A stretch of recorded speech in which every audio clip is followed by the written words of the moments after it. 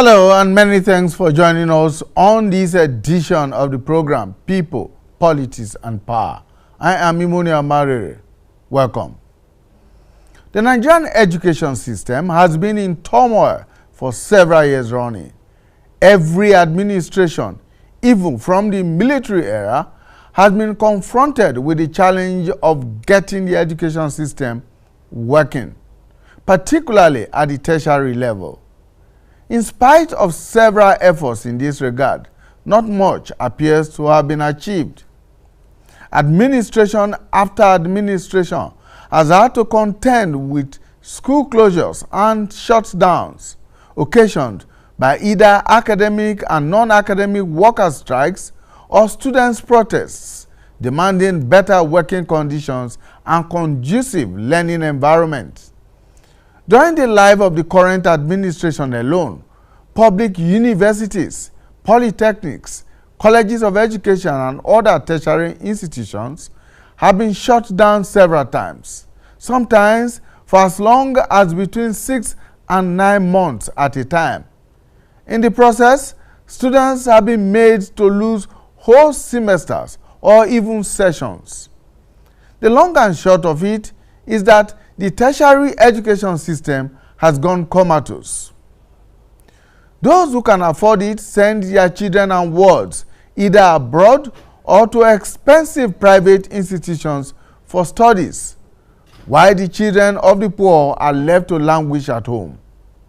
In the present instance, almost all the staff unions of tertiary institutions in the country are at daggers drawn with the government. They are either already on strike or have issued notices of plans to down tools for one reason or the other. The Academic Staff Union of Universities, ASU, has recently commenced another 12-week strike after just ending a 3-month warning strike, during which it could not reach accommodation with the federal government on any of the issues at stake, including the lingering renegotiation of the 2009 agreement is signed with the government for the proper funding of public universities. The Senior Staff Association of Nigerian Universities, SANU, the Non-Academic Staff Union of Universities, NASU, the Colleges of Education Academic Union, and Academic Staff Union of Polytechnics, ASUP, are all up in arms with threats to either resume suspended industrial actions or start fresh ones. The consequence is that education is going downhill. This is as politicking for the 2023 elections takes center stage. Appeals from different quarters, even by President Muhammadu Buhari in recent days, appear not to have fallen on fertile grounds to yield any desired results. And all of these as students bear the brunt of the fight between government and the unions. On the program today, we shall try to understand the underlying issues from the perspective of the unions and the students, and see if we can fashion a way out of the rather awkward situation. Well, my guests on the program today are Dr. Smart Olugbeko, who is the president, Colleges of Education Academic Staff Union, COASU. Thank you so much for joining us, Dr. Olugbeko. Also joining us right here in the studio is Anderson Ezeibe. He's the president, Academic Staff Union of Polytechnics, ASUP. Thank you so much, Dr. Ezeibe, for joining us. Thank you very much. And we are joined virtually by Comrade Victor Ezenagu, who is the National Public Relations Officer of the National Association of Nigerian Students, NANS. He's joining us virtually via Zoom from Dutse in Jigawa State. And we are also joined by Professor Emmanuel Osodeke. He is the president of the Academic Staff Union of Universities, ASU. Thank you, Prof, for joining us. Prof, can you hear me? Hello, Prof, can you hear me? Yes. How are you? Fine, thank you. Okay, great. Let's begin with you, Prof. The Academic Staff Union of Universities, ASU, which you lead, has just commenced another round of strike after a 3-month warning strike. Now, let us get to understand what the main issues are. I mean, all along it's been talk about a renegotiation of the 2009 agreement the union had with the federal government about revitalization of the universities. Now, are there any other issues? Yes, we can hear you, Prof. Okay, there are other issues, like you have said, issue of negotiation of agreement, the issue of UTAS, which is federal government trying to force us into joining a salary system that is against the workers' interest, and it's against all workers in the tertiary institution, which is the issue of the IPPIS. Then there is the issue of decision panel to universities, which report has not out till now, among other issues. These are the major issues we have in what is ongoing presently. So where exactly is the union with the federal government in terms of negotiations? Because it appears that each time you start a negotiation, before it takes off, it breaks down. And only yesterday, President Muhammadu Buhari did appeal to you and your union to please call off this strike. Yes. Thank you very much. You see, for us, appeal is not an issue. The major thing is doing what we know is needful. That have been there since 2009. We were on strike in 2020, and for quite a long time, and they promised to do the same thing. And when we called off the strike, they did nothing. And we have been pushing for them to do the needful all this period, and they do them. We started on strike in February, and in May, we have been told that we'll go back, we will do them. Why didn't they solve all these problems within the last 12 weeks? And then they will not be strike or strike again. So that's what we're saying. We are appealing to the president, just like he was begging us, want to beg him also, as the leader of this country, to take the interest of this our student at heart and do the needful, which can be done within 1 or 2 days, and not appeal. We want action, and it can be done just the way they have done to ensure that those who were flying did not miss a flight recently when they threatened. They should also use that means, emergency, that is emergency education system. That is the way to go. And it will not take time. 2 or 3 days, this issue will be resolved. How much is involved or at stake here? Well, the amount at stake for revitalization, they were supposed to release 200 billion on annual basis to the universities, which they have not done, all public universities, which they have not done. 2, we have issue of areas of our EAA academic allowance, which they are not paying. We finished negotiation in 2021, and they have gone back to get permission to sign. Till now, they have not come back. After 1 year, they are forcing on to IPs, and we said they challenged us to produce alternative to IPs that will better to IPs, which we have produced, and they tested. And from their test, from what the result we have, that program scored 99.3%. And they still say that 99.3%. And they still say so that's our crisis. All right.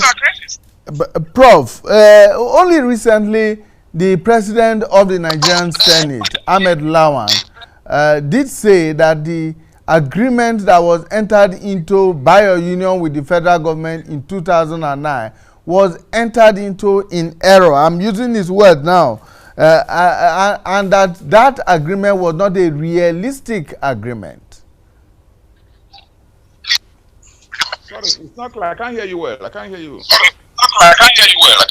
Okay, let's try and rectify the audio problem, Prof, and then we will come back to you very, very quickly. But in the meantime, let me turn to my guests who are right here in the studio. Dr. Smart Ulugbeko is the president, Colleges of Education Academic Staff Union, KWASU.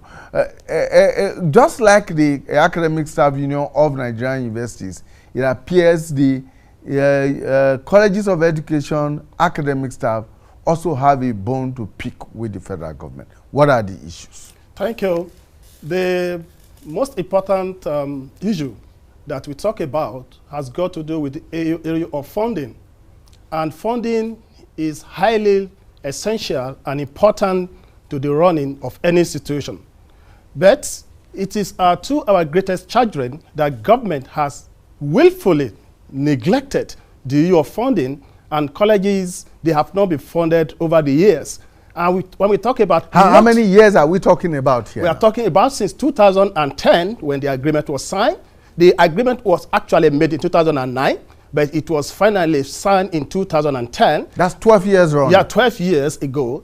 And after that, we had what we called need assessment in 2014, of which government itself constituted the committee that went around all colleges of education in Nigeria to carry out an assessment and to look at the level of infrastructural decay in all these colleges as they affect teaching and learning. And the committee came up with a report, and 396 billion naira was discovered as the total amount needed to be able to revitalize colleges of education in Nigeria. And in 2017, because of the years that had lapsed, government did a review of the report and came up, with a decision that the money had gone beyond 396, it has now become 465 billion naira. For us to be able to have functional colleges of education in Nigeria. And for us to do that, we kept on mounting pressure on government to do the needful by making available the money to make these colleges to be functional. In 2018, we embarked on a strike because, as you could recollect, that our union rarely go on strike. And it's not because of the fact that we do not want to, but because we understand the implications of strike action. And we rarely use that tool. And rather, we kept on engaging government so that government could actually show understanding. And in 2018, we embarked on strike. And 2019, government came. We met with the former former chief of staff, his rest in peace, Abakari, and we met with them, leading the government delegation, and they agreed that they will give 15 billion naira at that level, for each year for us to be able. And that letter was communicated to the Ministry of Education. And we expected that the money would be paid, and from the past, because it has to be paid in arrears, for us to be able at least to get this money to revitalize all these colleges. And at the end of the day, till we talk, that money has not been paid. We kept on mounting pressure on government. We kept talking to government. Last year, when we met with government, they asked us to even come up with modalities for disbursement of this money to colleges, that we come up with criteria, which we did. And from that time till now, this money has not been released. This is not about lecturers' emoluments or salaries or allowances. It is about teaching and learning. It is about infrastructure. State colleges of education, and all these are involved in the need assessment and involved in the money we talk about. So it's not just about federal colleges. It's about colleges of education. It's a system-wide that we want to reform. It's a system-wide that we want to make functional. So it's all about colleges of education. Does EPIS apply to colleges of education that are operated at state level? Data? EPIS. Do colleges EPIS is for federal colleges. Some state colleges, they have different pay platforms. Some are still paying directly. Some are using different pay platforms. And they have not been serious level of complaint at that level. And those where they have complaint, we have engaged them, and we have made a lot of improvement at that level. But it's federal government that are insistent and has talked to EPIS because of the reasons best known to them. Mm. Okay, let's turn to the polytechnics. Mr. Ezebe, what exactly is the grouse of the polytechnic lecturers, of the academic staff union of universities? Because only a few days ago, you did come out to say that government is, again, like with ASU and with KWESU, not playing fair, not being sincere. Well, it will interest you to know that the issues are basically the same. Yeah. The issues bordering the tertiary education sector in the nation is basically the same. And at the heart of it is the fact that government in Nigeria over the years has refused to demonstrate the right level of commitment to tertiary education in this nation. That is where all of these problems hang.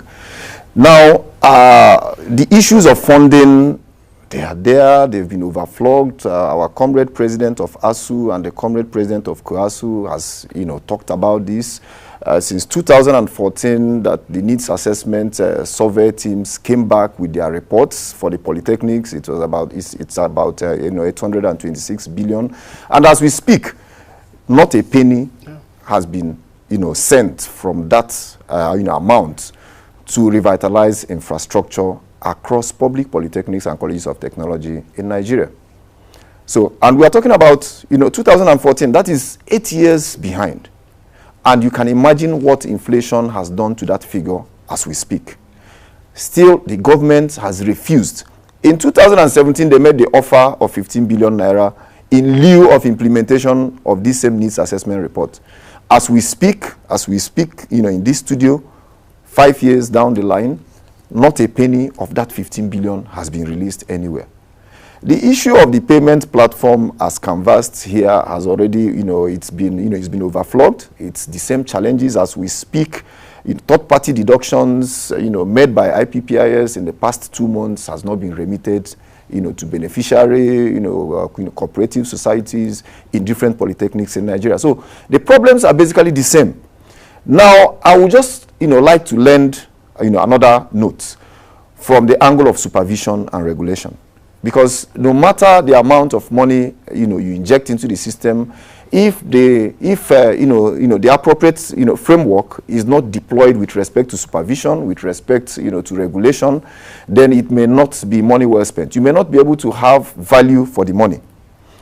And when we are talking about supervision, we are looking at the agencies of government responsible for ensuring that these institutions are running according to the mandates, leading, to their establishment. And we have issues at that level. We have issues at the level of regulation. And we have continued to question the reason behind, the proliferation of polytechnics and colleges of technology at the public level without, commensurate expansion with respect to funding. As we speak today, because of deficiencies, in regulation, standards are not being kept. The teaching and learning conditions across the sector, is abysmal, is not coherent. We have, in some states where salaries are owed 30 months, and yet teaching and learning, there is pretense about teaching and learning, because I know, just, as much as you also will agree with me that there can be teaching and learning where lecturers are owed for 30 months. That is in Abia State. In Benue State, our people, they are on strike currently. They are owed salaries. In Plateau State, it's the same story. In Ogun State, it's the same story. In Osun State, it's the same story. In Bayelsa State, it's also the same story. In Edo State, it's also the same story. And we have not been able to deploy the right level of regulatory instruments to whip these proprietors in line. You must not establish, these institutions. If you want to establish them, then you must establish them to be functional and run according to their mandate. You don't establish them to come and, deplete, the resources in TED Fund so that you start awarding TED Fund grants. If you visit these institutions, they are TED Fund institutions. They are TED Fund polytechnics. The state governments that have established them don't commit any fund at all, for infrastructure. None. They also don't commit funds, for salaries, payment of salaries. And that is why, of course, TED Fund cannot pay salaries.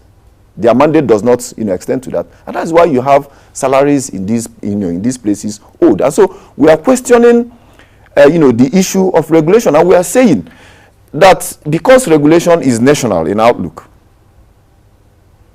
that government can short-circuit this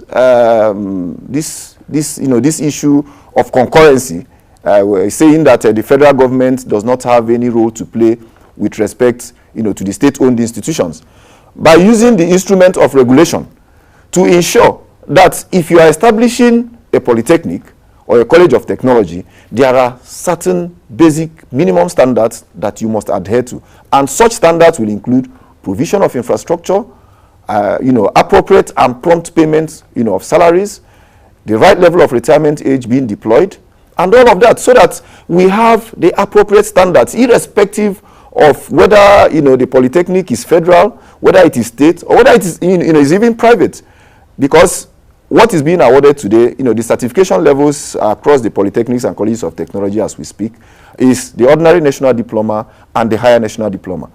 None of it is state national diploma. None of it is state higher diploma. None of it is private national diploma. None of it is private higher diploma. They are all national diplomas, and therefore we expect to have the same standards. As we speak, we are not having that. And so we have picked issues with regulation as well. All right, let's quickly take a short break, and when we come back, we will be going straight to Duse in Jigawa State, where the NANS PRO is standing by the students, as it appears, at the grass that is suffering in the big fight between the two elephants, that's the government and the academic and non-academic staff unions on the one hand, and the federal government on the other hand. We'll be back in a moment.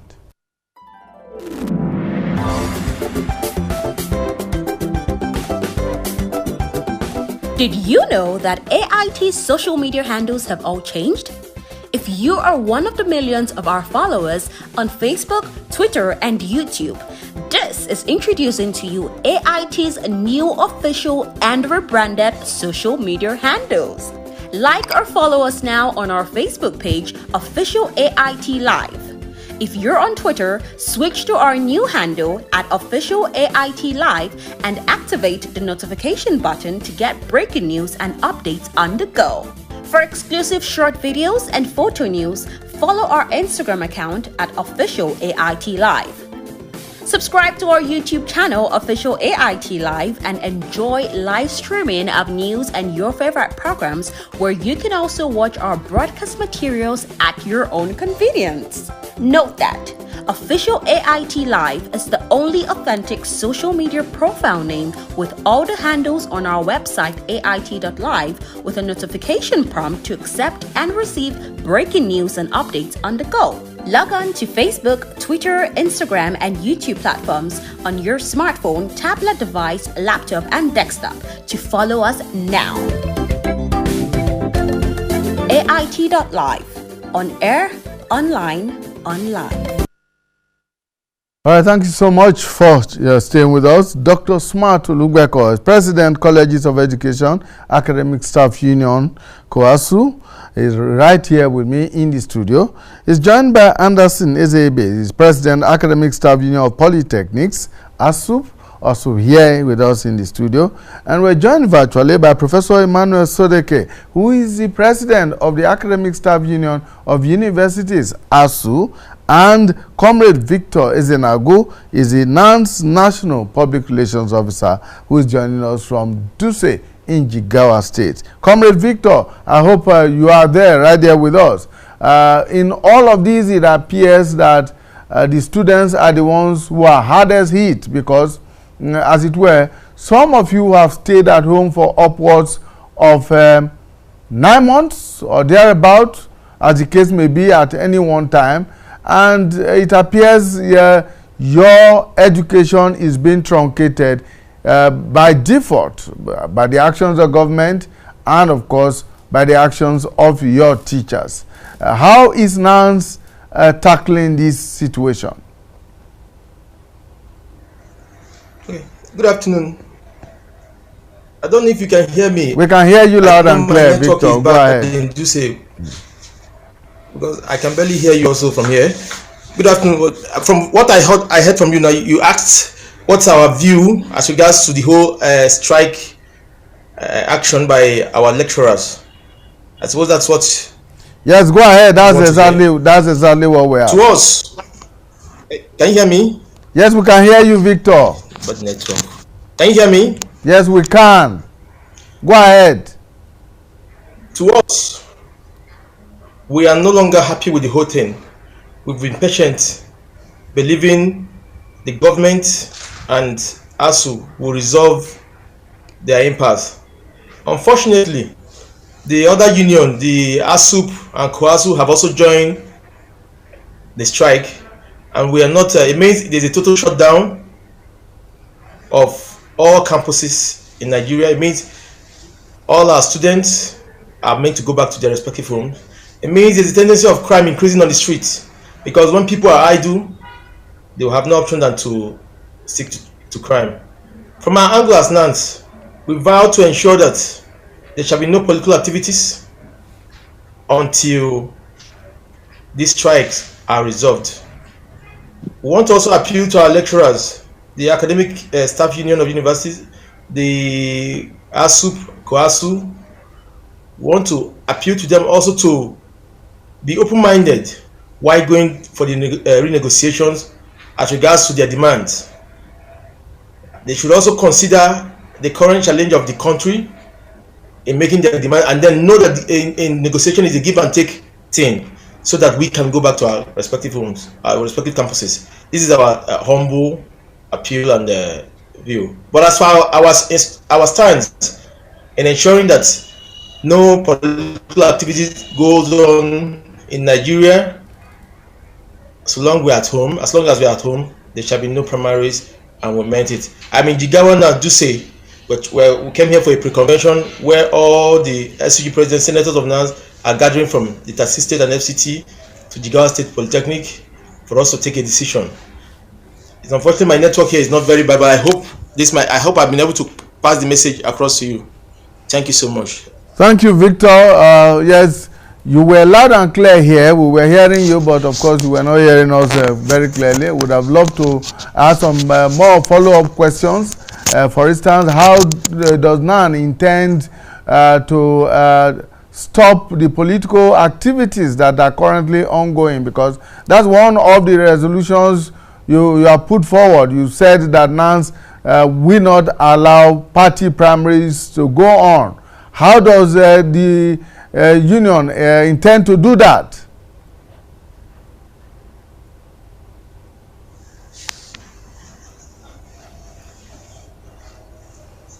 I didn't hear you. The line is not clear. Okay, Victor, your line is not very clear. Let's turn to Prof, the ASU president, Professor Sodeke. Yes, let's talk to Professor Sodeke. You have talked, there is a common thread running across all the unions, and the talk is about the facilities in the universities, in the polytechnics, in the colleges of education, revitalization of the infrastructure in these places. What exactly is the state of infrastructure in Nigerian universities as it is today that has made you to ask government for a revitalization fund which has not been responded to all these many years? Hello? I'm not hearing you well, but can you hear me? Yes, we can hear you, Prof. Okay. As of today, the state of infrastructure, that's what you requested for. Yes. You see, we expect our journalists to go around our universities to look at the state of infrastructure. As I speak with you, in some of the lecture theaters that are built for 200 people, you see 500 students taking lecture in the lecture theater that should have built for 200. You go to a laboratory built for about 14 or 20 people, you see 1,000 students taking practical in a laboratory with 10 or 20 microscope for 1,000 students. You go to the hostels, it's even worse. But the hostels, even animals cannot live in them. But students stay in those hostels. You have seen some recently. I'm going to send you a clip of what we found out in 2012 during the needs assessment program. That will tell you the state of our universities as of today. It's not different in polytechnic college education. The same thing. And we are saying upgrade them in such a way that we can have lecturers from all over the country. We can have students from all over the country going to have lecture in our university, like you have in Ghana, you have in South Africa, and our neighbors. No student is coming from outside because our facilities are poor. The reason for the revitalization fund is that let's upgrade our facilities such a way that we can attract students from all over the world, attract lecturers from all over the world, just as our lecturers are going outside to lecture and our students are going outside for schooling. That is what we want, and the government is shying away from it. Now, you also talk about the renegotiation of the 2009 agreement. Is a key demand that you have always been making. What exactly is wrong with the 2009 agreement? I mean, this is 2022, and that's about 14, 15 years ago when you had that 2009 agreement. I personally have asked this question over and over again. Why should ASUU be asking government to meet the demands contained in the 2009 agreement 15 years after, when it actually should be asking for a new agreement entirely? Thank you very much. In the 2000 agreement, there is a section that says that agreement should be reviewed every 3 years. Every 3 years. So this thing should have taken place in 2012. But the government have resisted coming to review this agreement. That's why we have been seeing a number of strikes in the past 10 to 13 years, as you have said. That's why you have the strike. One of the things we have to talk about those strikes is the issue of negotiating the agreement that will reach into 2019 that become obsolete. But in 2017, we now agree, let's go back, and they set up their team, we'll set up our team, and we'll start the negotiation. It took 4 years, up to 2021, to have a draft agreement, which the government team took over to their principal, which is the government, to give the permission to sign or make amendment, but still they have not come back. So it's not our fault. It's the government that is resisting renegotiating those agreements. That's why you're having the crisis you're having in the sector today, in the tertiary education sector. I think the same thing applied to all the unions. The government has refused to renegotiate those agreements we reached in 2009. That's the crisis. So we should appeal to government to renegotiate it. Let them sign the one we have agreed to in 2021. All right, Dr. Olukpeko, I need you to respond to that too, because it appears you are on the same plate. Yes, the agreement, as I had earlier said, was signed in 2010. It was supposed to have been renegotiated 3 years after. We kept on matching prayer on government to do this, but government, keep resisting it. In 2018, we came to agreement to start a renegotiation, and we submitted our draft. And government was, just as the company president had said, was to go back, to his principal and come back to us. And since then, government has not come back. And after that, there was a dissolution of the governing council, and which couldn't make it possible. And when the governing council was reconstituted in 2021, we expected that government would come back to roundtable. They had requested for our team, which we had represented to them 3 times, and government has not come up, to say, oh, this is our team, let us start. They kept on sending letters requesting for the same thing that we had sent several other times, and that's to tell you that why is government resisting renegotiation? Did you interpret that to mean some means of stalling the process? Yes, government is just, giving delay tactics just to make the term protracted because it is not ready. And as a result, because they understand that some of the provisions in the agreement of 2009 will have become obsolete, and they wouldn't want to go into it because they understand the content of the last agreement and they didn't want to go into it. So government kept running away from it, and that is why we are stuck as we are. Because even then, Mr. Ezebe, even then, in terms of cost, what was in 2009, 2010, or 2012, in terms of cost, can no longer be viable in 2022. Absolutely, absolutely. It's a common fact that the conditions of service in tertiary institutions in Nigeria as we speak, and as governed by the outcome or the content of the 2009 agreement, whether in the universities, in the colleges of education, or in the polytechnics, can no longer hold because of reasons that we all know. Inflations in multiple figures across, since 2010 till date. The emoluments can no longer fly. That is, that's the fact, and that underlines the reason why the renegotiation is very, very important, to all the unions in the tertiary landscape. Now, for the polytechnics, the renegotiation process, has commenced or has recommenced. It started actually in 2017. There was a break for reasons best known to governments. They broke off when we made our submissions in early 2018. But then, we have gone back to the table, and we are now, at the subcommittee, stage.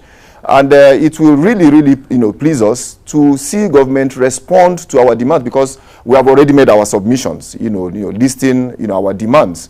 So it will please us to have government, respond so that we can conclude, that particular exercise, in good time, because it will actually define the future, or, for the Nigerian polytechnic system as it affects, Nigerian polytechnics.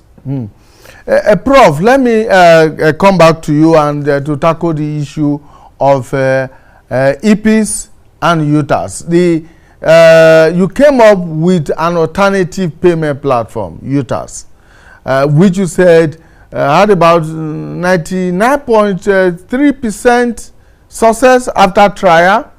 But of course, we also know that SANU and NASU have rejected UTAS, and they have come up with what they call University Peculiar Payroll Payment System, which they say is far better than UTAS. Have you come to some kind of arrangement with SANU and NASU on this? Or, I mean, because when you are fighting from on a divided front, it seems to give the opposition, which is government in this case, some strength. Is this a divide and rule tactics? Do you see it that way?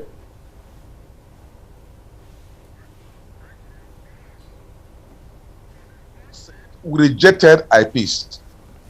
We have looked at it as intellectuals and said it would not function. But government forced it, and midway some of this union voluntarily joined IPs. But thank God they have found out that it failed. What I will appeal to them to do is to come back and join IPs. When IPs was being tested, one of the group that tested IPs was, they call it the end users test. And it was conducted by members of this other union you talked about. One person in each university, one person from the bursary unit and one person from registry. These are members of those unions. And when they participated in testing it as end users, they scored this 94%. So if your member have scored a program, a solution or a software 94%, I don't see why you are saying you are going to create another one again. So my appeal is that they should join ASU. Let's fight. If there's any issue, because in designing this UTAS, we looked at all the agreement that all the unions have reached with government. We look at the condition of service. We look at the laws based on which we develop this program that will take care of all the universities, that we can also transmit and modify to take care of the other union in polytechnic and higher education.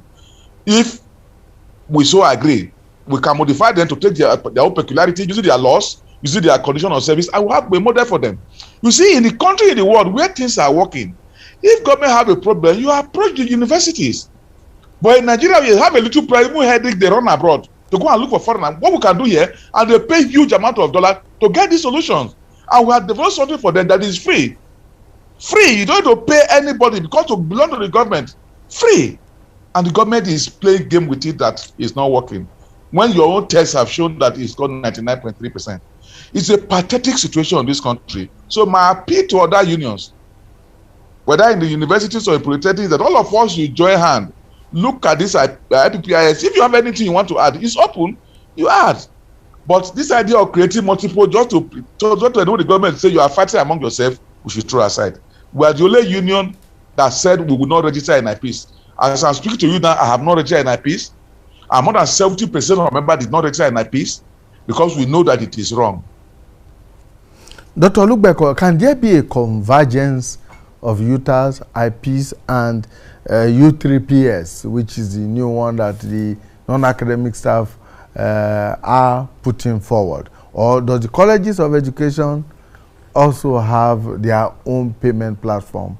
Or does it buy into any one of these? Yeah, to us, as a union, we have also looked at UTAS, and we have considered that to us, just as I had earlier said, UTAS will serve the purpose of lecturers in colleges of education.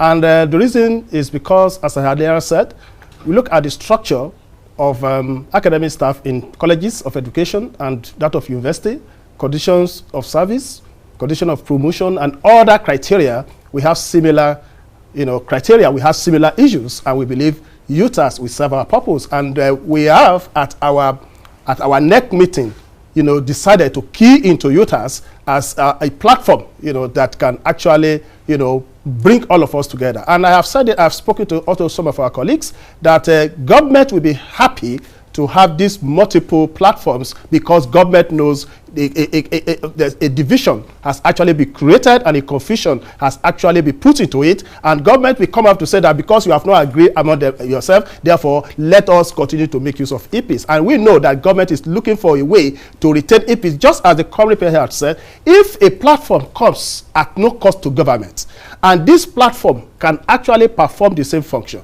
why is government running away from it? We know how much government is spending on EPs on monthly basis, and yet if a platform that comes at a no cost, and just as I said, anywhere in the world where government runs into trouble, government looks into tertiary institution for solution. When we're talking about the problem created by COVID-19, what the government in the world, sensible government in the world did was to go to their various research institutes, into their various tertiary institutions, and asking the researchers to come up with solutions, and that was exactly what happened. And we expect that our nation should have got it to that level. If we have a UNO that comes up to say, oh, this problem you have, we have solution to it, this is the solution, let us embrace it. But for ego reason, for one reason or the other, government has not done that. But to me, I also want to appeal to our colleagues in other unions that we can find a common front, to have a common platform that we can use. We can bring IPs. If you have peculiarities, we can integrate everything into it, and all of us can work together and have a common payment platform that will solve all the problems. Mr. Ezebe, the polytechnics and colleges of technology are actually supposed to be the technological bedrock of the country, and I expected that in fact they should be the one that will be championing this process. Do you think, or does your union think, that this multiplicity of payment platforms can come to some convergence? There can be some measure of convergence that will make it 100% workable for the tertiary institutions in Nigeria? Yes, certainly we don't believe in multiplicity of payment platforms at all, and that's why we dropped the idea of pursuing a separate payment platform. The issues about the current payment platform IPs, I believe that all the sectors, all the subsectors, in the tertiary, be it university, colleges of education, and polytechnics, they are all experiencing similar challenges. And therefore, what it means is that if we have a payment platform that has been tested and trusted and found to be correct, just like our comrade president of ASU has been talking about about the UTAS, then I think that it can be a model for deployment in all the other subsectors. Because tertiary education is actually universal. Yeah. It's the same. The peculiarities are about the same as well. So what is being developed, as in UTAS, can also serve just like in the colleges of education as well as in the polytechnics. I don't. The other payment platform, you mentioned, P3 or so. I don't know about that. I've not seen that much. But I think that what has been demonstrated so far with respect, to UTAS, should be enough, for the tertiary education landscape in the country, and that if there is need, for modifications, in areas, I know that that payment platform is flexible enough, to accommodate such modifications, and then we run, with one payment platform. Prof, very quickly, let me ask this: there is information out there right now that ASU is likely going to call off this strike by next week, Monday. Is that correct? And what are the conditions that will likely give rise to that? It's not correct. We never said that, and I don't think we have said that. Our union operate from bottom down, not up down. So we have not discussed that. Yesterday when we met, they didn't give us any tangible thing that we can take to our members. There are promises as we have been having before. I will have told them, let us see concrete evidence, then we can take to our members. That is where we are. We didn't say we are calling off strike on whatever. We didn't say that anywhere, and it's not correct. They are just rumors. But you are ready to go back to the negotiating table? We are permanently ready. All the unions are ready. We are ready to go to table to discuss. The government should come up with concrete evidence what they want to do, and not promises that they have been doing the past 14 years, 13 years. All right, Dr. Luka, Kwasu has given a 21-day ultimatum to go back on strike. How is that panning out? I mean, have you reached out to government? Have you gotten unsatisfactory response from government that has resulted in this step that you want to take? Yes, the ultimatum was actually decided on the 6th of May at our NEC meeting in FC Okene, and the ultimatum was formally served government on the 9th of May. And the Minister for Education, the Honorable Minister of Education, invited us for a negotiation on Tuesday. That was 10th of May, and we had an extensive discussion on all the issues.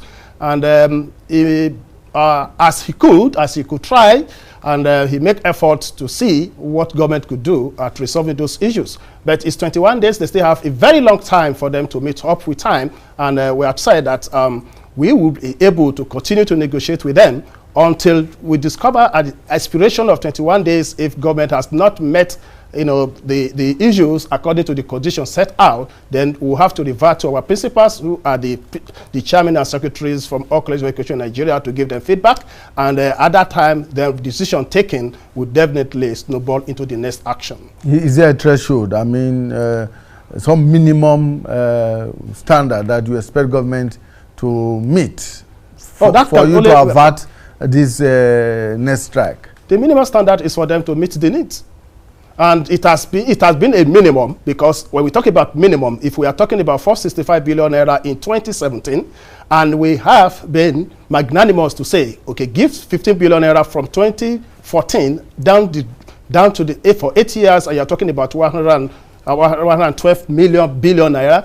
And that will have been able to solve a lot of problems. That is the minimum we are even given to government out of 465 billion naira. And we are looking at a situation also whereby government will commence negotiation, and that there's no midway to that. Government has to commence negotiation, and other issue, the issue of IPPIs, government has to take a decisive decision on what is to be done to that. Also, the issue of promotion areas is to interest you to know that government has not paid promotion areas since 2016. It's like lecturers taking the same amount of money since 2016, and government has been able to make our colleges not to be able to be functional to the level that the condition of service, the working condition of lecturers has actually been the one that can not actually be proud of. And to us, the minimum we expect from government is to meet these demands. Mr. Zebe, what for you is the way out? Well, for our union, as you already know, we are commencing a 2-week warning strike from Monday. Nothing has changed. Our chapters are already mobilized to commence action from Monday. And we are not expecting any form of new agreements. The only negotiation we are going to find ourselves in is the one that affects the 2009 agreement, and that is the renegotiation. Why we are going on strike is because of the unfulfilled portions of the memorandum of action we signed last year, leading to the suspension of our action. We expect minimum wage arrears to be released to our members. We expect the revitalization fund to be released, for the sector. We expect the new regulatory instruments for the sector to be released by our regulatory body. We expect the supervisory agency, the Federal Ministry of Education, to call, some councils and principal officers to order where we have recorded, incidences of violations of the Federal Polytechnics Act as amended. We expect to see salaries paid in different states where salaries are owed, our members. These are the things that we expect to have from now till the expiration of the 2 weeks, warning strike. If not, then we may be considering an indefinite action the way, our colleagues, in the universities, have gone. Thank you so much, gentlemen. We hope and we believe that somewhere along the line, government will respond to all the unions, at least meet you halfway and see what gets done from there. Otherwise, the entire tertiary education system will be further paralyzed than it is right now, and that's not good for a country as underdeveloped as Nigeria is, a country that aspires to have a quantum leap in terms of developmental strides at this point in time. Dr. Smart Olugbeko, President, Colleges of Education Academic Staff Union, COASU. Thank you so much for joining us. Sir. Anderson Ezebe is the President, Academic Staff Union of Polytechnics, ASUP. Thank you for joining us right here in the studio. Thank you very much. Comrade Victor Ezenagu is the national PRO. He joined us virtually from Duse in Jigawa State.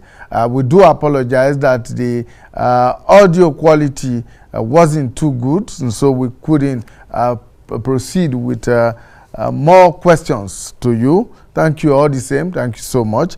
And Professor Emmanuel Sodeke is the President of the Academic Staff Union of Universities, ASU, who also joined us via Zoom. Thank you so much. And for our viewers out there, we want to thank you for investing your time with us. We look forward to bringing you a new edition of People, Politics, and Power. Bye for now.